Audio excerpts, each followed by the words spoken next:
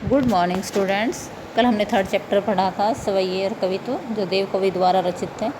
आज हम जयशंकर प्रसाद द्वारा रचित कविता आत्मकथ्य पढ़ेंगे। आत्मकथ्य जो कविता है बेटा, वो जयशंकर प्रसाद जी द्वारा लिखी गई है, जिनका जन्म 1889 में वाराणसी में हुआ था। इन्होंने बेटा संस्कृत, हिंदी, फारसी आदि भाषाओं का इन्होंने अध्ययन किया था। जो जयशंकर प्रसाद जी हैं बेटा, ये एक छायावादी कवि हैं और इन्होंने इस कविता में शब्दों और बिंबों के सहारे जो है अपनी कविता को सजीव बनाया है। इन्होंने भाषा सरल और सहज भाषा का प्रयोग किया है। दूसरी ओर इन्होंने इस कविता के माध्यम से जीवन की कथा और एक सामान्य व्यक्ति की जीवन की जो कथा होती है उसको दर्शाया है। तो आत्मकथ्य जो होता है वो होती है बेटा अपनी कहानी, अपने बारे में बताना। तो जो कवि है उसको अनेक इनके जो पाठक हैं, जो मित्र थे, सहगोचर थे, सहगामी थे, वो सब चाहते थे कि लेखक अपने बारे में कुछ ना कुछ बताए। जो लेखक है वो अपनी आत्मकथा के बारे में लिखे, लेकिन जो लेखक है वह अपनी आत्मकथा को लिखने से बचना चाहते थे। क्यों बचना चाहते थे? क्योंकि उन्हें भय था। क्यों नहीं लिखना चाहते थे, वो सारी उन्होंने इस कविता में बताया है कि वो अपनी आत्मकथा से लिखने से बचना क्यों चाहते थे। तो देखिए बेटा, मधुप गुनगुना कर कह जाता कौन कहानी यह अपनी, मुरझाकर गिर रही पत्तियां देखो आज कितनी घनी, इस गंभीर अनंत नीलिमा में असंख्य जीवन इतिहास, यह लोग करते रहते हैं अपना व्यंग मलिन उपहास। कह रहे कि इस कविता में कवि कह रहा है कि इस संसार में अनेक लोग ऐसे हैं जो क्या करते हैं, अपनी आत्मकथा न लिखने के कारण को बता रहे हैं। कि कवि कहते हैं कि प्रत्येक व्यक्ति का जो मन होता है वह भंवरे के समान होता है। मन को क्या माना है? भंवरा। कह रहे कि मधुप क्या है? भंवरा है। भंवरा क्या है? मन। वो गुनगुना करके एक कहानी कह रहा है। क्या कहानी कह रहा है? कि जो भी कि हजारों जो पत्तियां हैं, मुरझाकर गिर रही पत्तियां देखो आज कितनी घनी, कि जितने भी असंख्य जो लोग हैं, हजारों मतलब असंख्य जो लोग हैं, उनका जो जीवन है वह मुरझा करके आज गिर रहा है। अर्थात आज उनके जीवन में कुछ भी कहने को नहीं बचा है। क्यों नहीं बचा है? क्योंकि लोग जो है वो जीवन लीलाएं उनकी क्या हो गई हैं? समाप्त हो गई हैं। अर्थात अनेक कवि लेखक आए हैं और वो क्या हो गए हैं?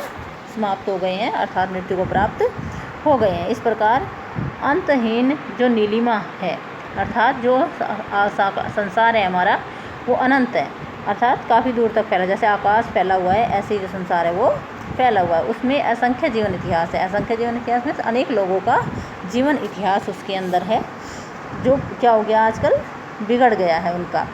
यह लोग करते ही रहते अपना व्यंग मलिन उपहास। और वो लोग क्या करते थे? अपने बारे में जो भी आत्मकथा बता करके गए हैं वो लोग उनकी व्यंग मलिन उपहास कर रहे हैं, अर्थात उनके ऊपर क्या कर रहे हैं लोग? आज उनकी बातें, उनकी आत्मकथा को पढ़ करके उनके ऊपर क्या करते हैं? व्यंग करते हैं और उपहास उनका कर रहे हैं। तो इसी डर के कारण जो लेखक है, कवि है, वह अपनी आत्मकथा लिखने से बचना चाहते हैं। तब भी कहते हो कह डालूं दुर्बलता अपनी बीती।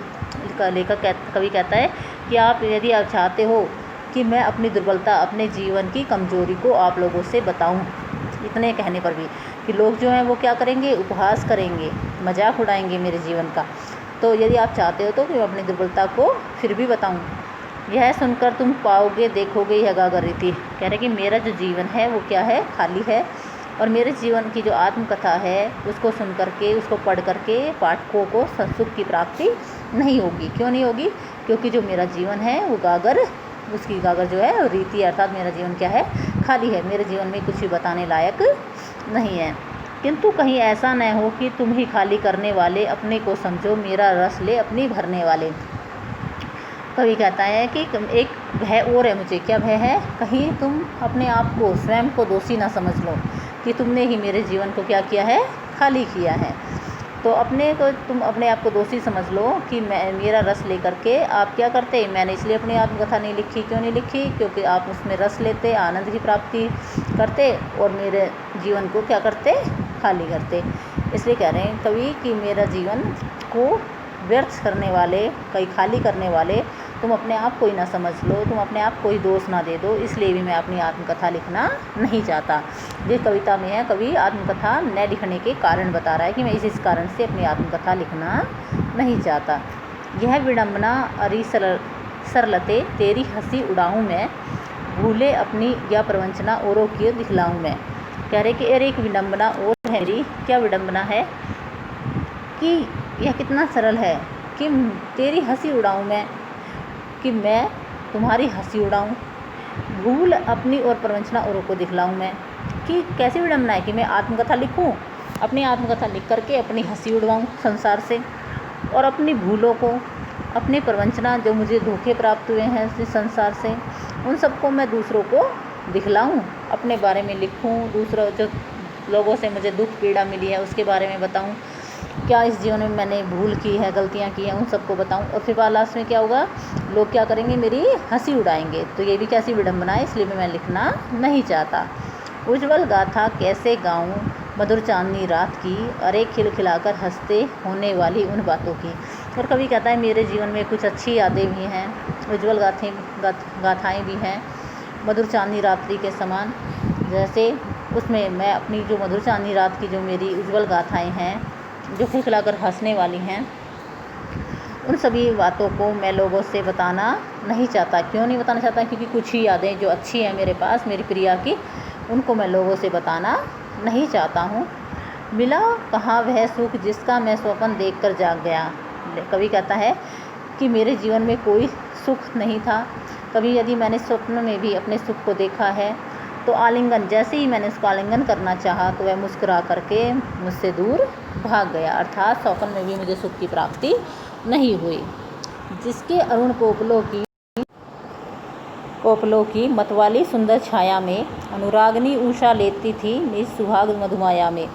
कह रहे हैं इस कवि जो है अपनी प्रेयसी, अपनी प्रेमिका का वर्णन कर रहा है कि उसके जो अरुण कपोल के होते बेटा गाल, लाल जो गाल थे, उनका वर्णन करते हुए कहते हैं कि मानो भोर में अपनी लीला, सब भोर की जो लीलाएं हैं, अर्थात जो सुबह का भोर का जो सूर्य होता है उसकी जो रोशनी होती है वो कैसी होती है, लालिमा होती है उसमें भी। ठीक है, तो ये कह रहे हैं कि भोर के जो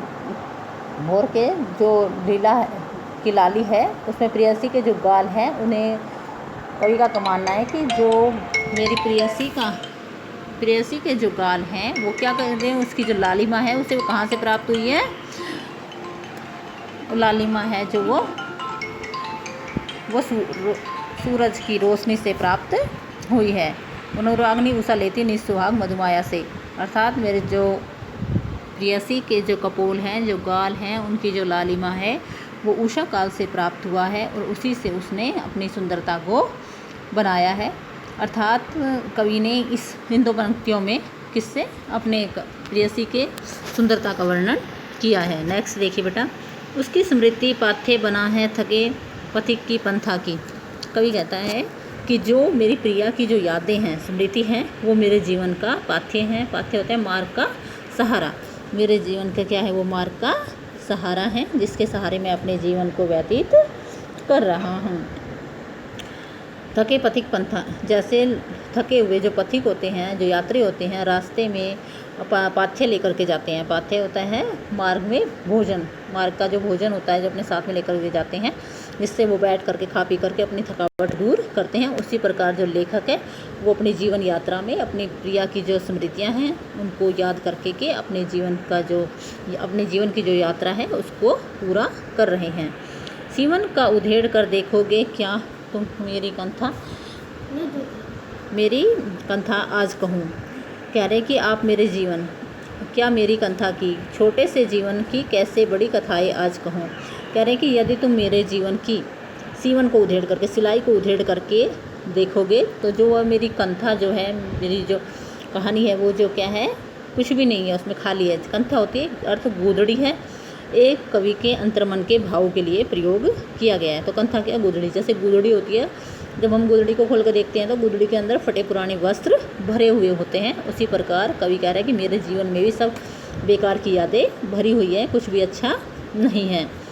उनके जो कवि का जो अंतर्मन है वो भी पीड़ाओं से, दुखों से भरा हुआ है।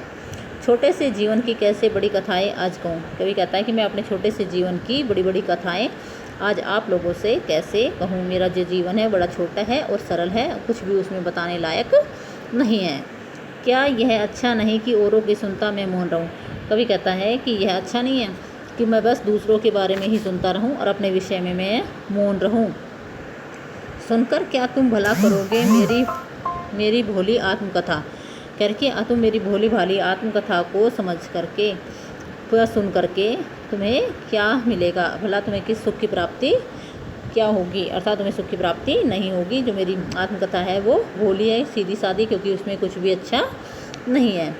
अभी समय नहीं थकी सोई है मेरी मौन व्यथा। और लास्ट में जो कवि है वो कहता है कि जो मेरी मौन व्यथा है, जो मेरी पीड़ा है, व्यथा मीन्स पीड़ा जो है, वो अभी भी थक कर के सोई है और मैं उसको उठाना नहीं चाहता। क्यों?